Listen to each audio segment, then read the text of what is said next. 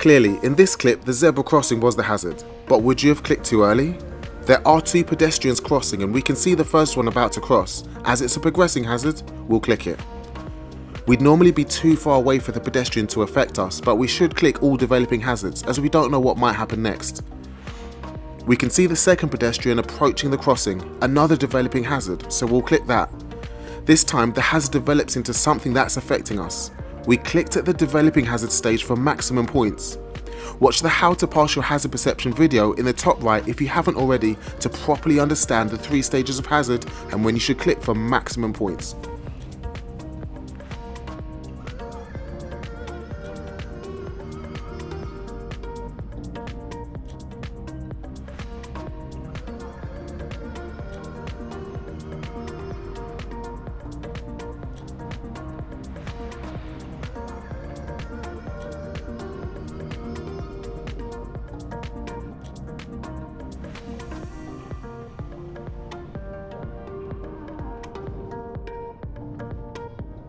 A clip with a cyclist nearly always comes up on your hazard perception test, but knowing when to click is usually quite tricky.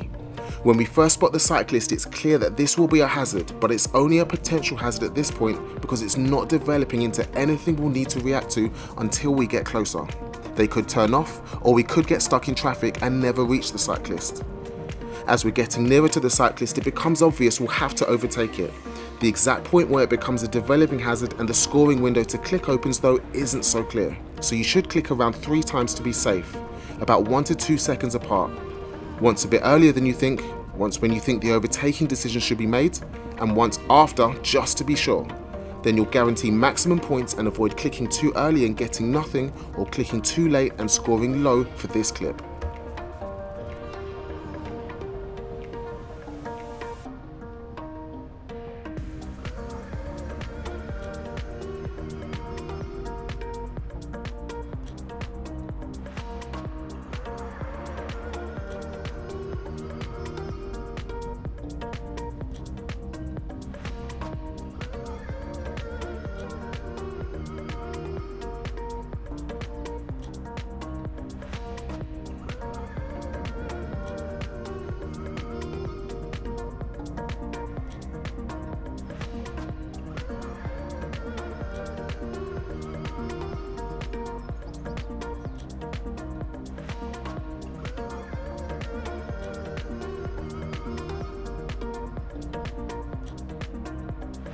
In this clip there's a lot going on and a lot of potential hazards to focus on.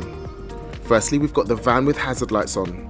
As we get closer, this deserves a click in case a door opens or the van pulls away without switching to a right signal, but we pass without any incident. Then, as we progress down this busy road, a car slowly starts to pull out in front of us. Again, this is a developing hazard, so deserves another click in case it progresses. The car might stop, do a 3-point turn, or make us slow down some other way. In the end, the car pulls in again without causing us a problem. But then, it gets interesting when the BMW cuts across us with very little warning. It's useful to note that scoring windows can be long or they can be short.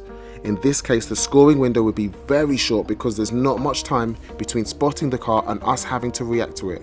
So maximum focus on every clip is essential so you're ready to click as soon as necessary for maximum points.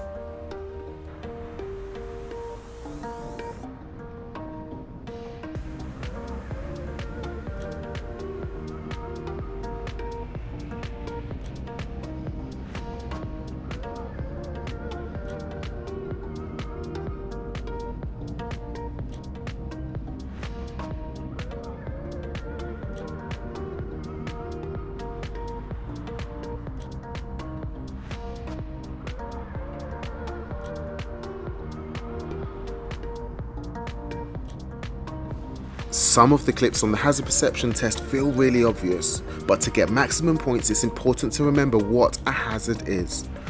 A hazard is anything that makes you stop, slow or swerve, so with this in mind you can see when exactly you should click on this clip. We're following a van down a fast dual carriageway. As soon as it starts to signal, we know it's either turning or pulling in. Whatever it's doing next, it will have to slow down and that will cause us to slow down, making the van an obvious hazard. But for maximum points, we need to click as soon as that left signal goes on and not when we actually have to slow down.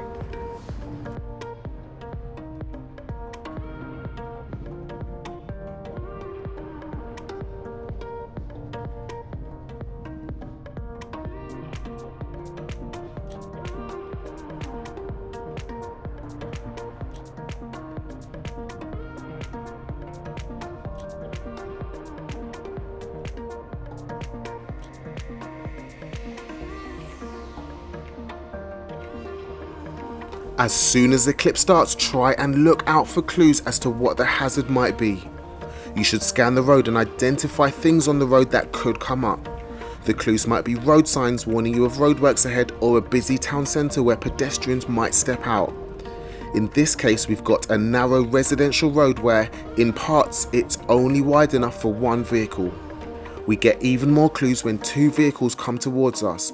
This could develop into a situation where we need to stop to let them pass, so clicking here would be a good idea. We managed to get past them without slowing down too much, so that wasn't the hazard. But as soon as we see the white car in the middle of the road, we'll clearly have to do something about it, so click this as well. If you spot the clues to the hazard early, then you'll be more ready to react to the hazard as soon as it comes up and be able to click faster for more points. Thanks for watching this video. If you found it useful, click the thumbs up button so YouTube recommends it to other people so it can help them too. If you've got any questions about the clips or hazard perception in general, drop it in the comments. We're always active. See you in the next video.